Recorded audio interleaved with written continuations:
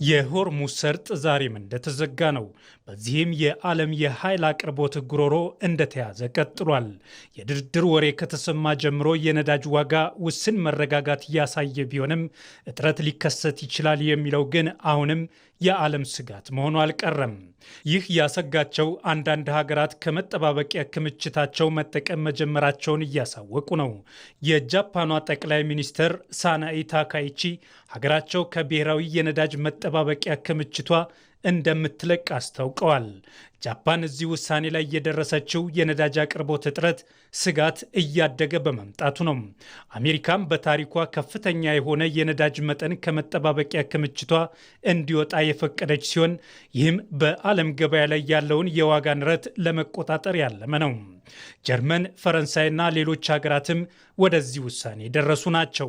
ይህን ሁሉ ውጥንቅጥ የፈጠረው አሜሪካና እስራኤል ከኢራን ጋር የገቡበት ጦርነት ነው። ይህን ጦርነት ለማቆምና በቀጠናው ዘላቂ ሰላምን ለማስፈን የተለያዩ የድርድር ሙከራዎች እየተደረጉ ቢሆንም እስካሁን ግን ጠብ ያለ ውጤት ሊታይ አልቻለም። የአሜሪካና ኢራን ባለስልጣናት በፓኪስታን ተገናኝተው እንደሚወያዩ የተለያዩ መረጃዎች ባለፉት ቀናት ሲወጡ ሰንብተዋል። የፓኪስታን የውጭ ጉዳይ ሚኒስትር ቃል አቀባይ ታሂር አንድራቢ የአሜሪካንና የኢራን ባለስልጣናትን ሀገራቸው ልታደራድር መሆኗን የገለጹ ቢሆንም እስካሁን በፓኪስታን ስለሚደረገው ውይይት በሁለቱም ሀገራት በኩል የተባለ ነገር የለም። የአሜሪካው ፕሬዝዳንት ዶናልድ ትራምፕ ግን ባለ 15 ነጥብ የተኩስ አቁም እቅድ በፓኪስታን በኩል ወደ ኢራን መላካቸውን አስታውቀዋል። የትራምፕ እቅድ የኢራንን የኒውክሌር አቅም ሙሉ በሙሉ ማጥፋት፣ በምላሹ ቴሄራን ላይ የተጣሉ ማዕቀቦችን ማንሳትን የሚያካትት መሆኑን ነው የተናገሩት። የቴህራኑ መንግስት ግን ይህንን የትራምፕ ንግግር የውሸት መረጃ ሲል ምንም ውይይት አለመደረጉንና ምንም አይነት ስምምነት ላይ አለመደረሱንም አስታውቋል።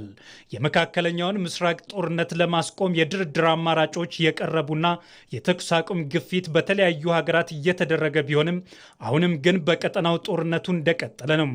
የኢራን አቶሚክ ኢነርጂ ድርጅት ቡሼሄር የተባለው የኒውክሌር ኃይል ማመንጫ ተቋም በትላንትናው ዕለት በድጋሜ ጥቃት እንደተፈጸመበት ታውቋል።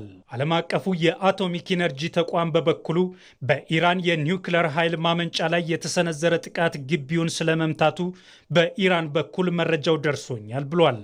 የኒውክሌር ስፍራው የተመታው አሜሪካና እስራኤል የከፈቱት ቀጣይነት ባለው ጥቃት እንደሆነ የኢራኑ አቶሚክ ኢነርጂ ድርጅት ተናግሯል።